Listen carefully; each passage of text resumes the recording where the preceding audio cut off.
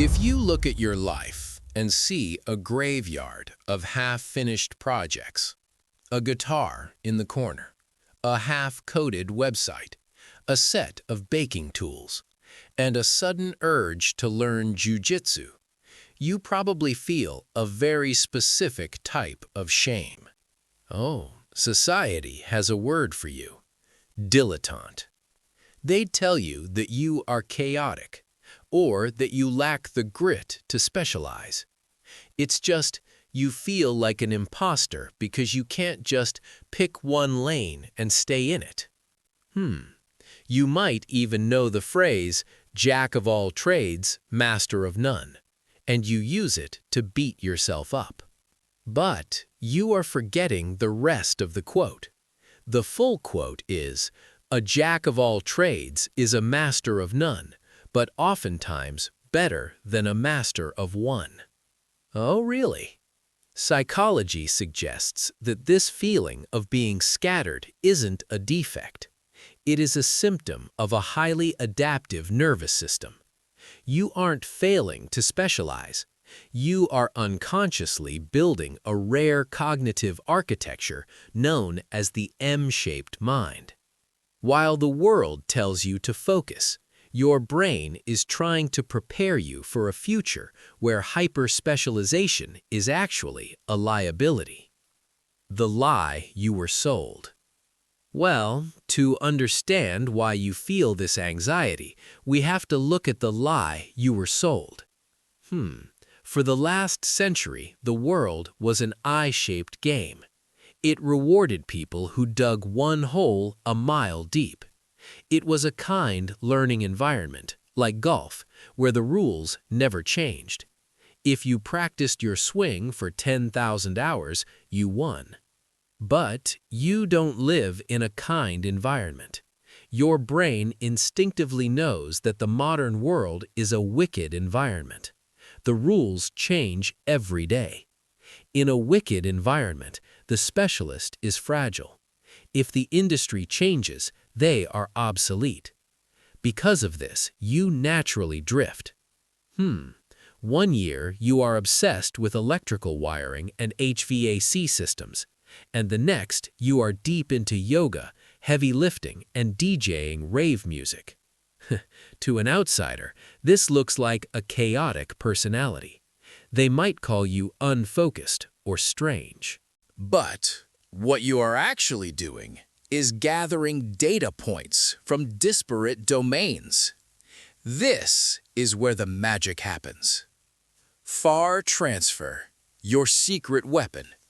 Trust me, psychology calls this far transfer.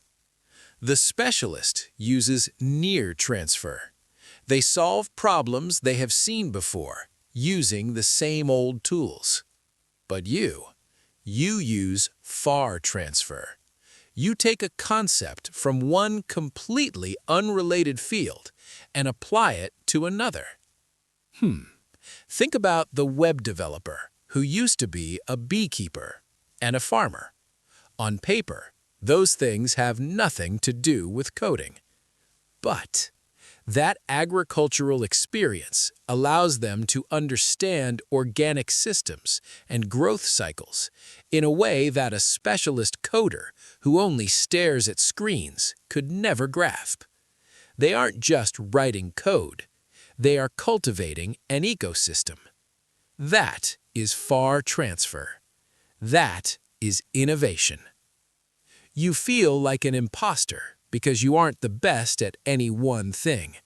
But you are failing to see that your value isn't in your depth.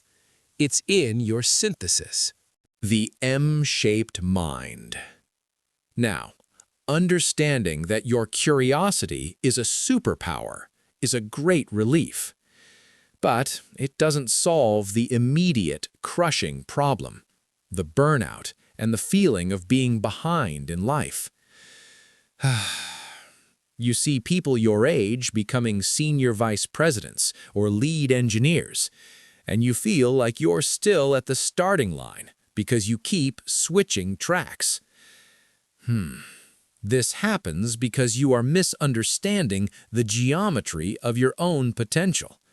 You aren't T-shaped, general knowledge with one specialty. You are M-shaped. An M-shaped person has multiple pillars of depth connected by a bridge of curiosity. But here is the trap. You cannot build all the pillars of the M at the same time.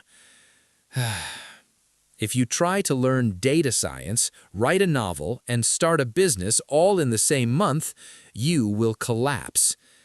The people who successfully navigate this life, the true polymaths, practice what we call serial mastery. You have to view your life in seasons. You might spend your 20s obsessing over music and art. Then in your 30s, you pivot to programming to pay the bills.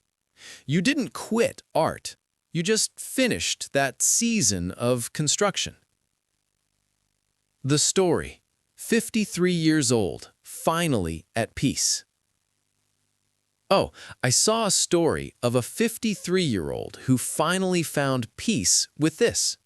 He realized he couldn't choose art over programming.